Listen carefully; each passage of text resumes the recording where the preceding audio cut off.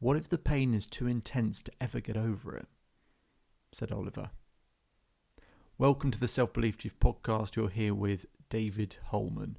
Make sure to subscribe to catch up with the latest episodes. And let's begin. So, I was speaking with Oliver, a client of mine, and he said, well, what if the pain I'm going through is just too intense to ever get over it? Now, the pain he was going through was from a past relationship. He was in a new relationship, but there was a past relationship where something had happened that he thought and was worried would interfere with his new partner and actually cause that relationship to end as well. So people can go through fairly traumatic things in life, really difficult things that when people, their friends and family just tell them to get over it or just go outside and go for a walk and all of this sort of stuff. There's some things in life where you can't just go and do those things. That they completely take over our body, our emotional well-being. We can't function, and we're sort of in a headspace where it's like an out-of-body experience. Maybe you've been there, maybe you are there currently. This is where Oliver was worrying. And there's not just a simple thing, and I don't really believe in positive thinking. I think it's too casual, it's too fluffy, especially for something big and traumatic. So I had to do something. I had to help him see things differently. When he replays the scene, that the sounds change, that the feeling is different. And I said to Oliver the following. Oliver, if you saw a lion 100 yards away, how scared would you be? He said, oh yeah, I would be scared. I said, okay, if you saw a lion 100 yards away and it started running towards you, how would you feel? Oh, I'd feel terrified, Oliver says. I said, okay. If the lion was 10 yards away from you and he started running at you, how would you feel? He said, oh my God, I'd be mortified. And my life would be over. And he starts getting more fearful and more worried about it. Now, why is that? I said, Oliver, the reason why it's scarier is because it's closer in proximity and it therefore looks bigger. And it's therefore bigger in your mind. And that's part of what human emotion is. See, all emotion that you have is contained inside a picture in your mind. Now, there's lots of things that then affect the actual intensity of the pain, that comes with the image. Right? So if the image is really big in your mind, then of course it's more overwhelming, it's more intense, it's more traumatic than if it's really far away and it's smaller. There's also things to do with the colours. Some colours are more intense than others for you. Certain colours do different things to different people. The sounds are different.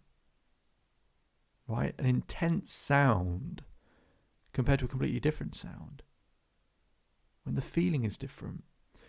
So I did an exercise with Oliver. It took about 45 minutes to do in a subconscious state where I started to shift all of this, that this traumatic image that he has in his head, that it gets smaller and further away. That the colours change, that I made the image more cartoonish. So it doesn't feel the same, doesn't look the same. I got him to change the sounds to any, silly sounds that he could think of. So instead of the intense sounds that he was fearing, you could just change the sound to, I don't know, let's do the sound of a pigeon, like, oh, right? You probably loved hearing that, but that's sort of the point. You change all these things. And you keep changing the scene, and you keep changing the scene, and you keep changing the scene, and you make it further and further away, and further away, and it gets smaller and smaller and smaller. And it starts to feel different. The point isn't about forgetting that it ever happened. Because in some ways, it's a shame to forget about phases of life. You don't have to be happy that they happened, but we can find a meaning for it in terms of not why did it happen, I don't mean that, just a meaning in terms of, right, what can this help me do maybe to help other people? That might be a meaning. So it's not about that he then forgets about it, but the intensity is less, just like with the lion. The pain is less intense, or the fear is less intense when the lion's 100 yards away than 10 yards away. It's different. And that's what we can do with the mental imagery in our mind.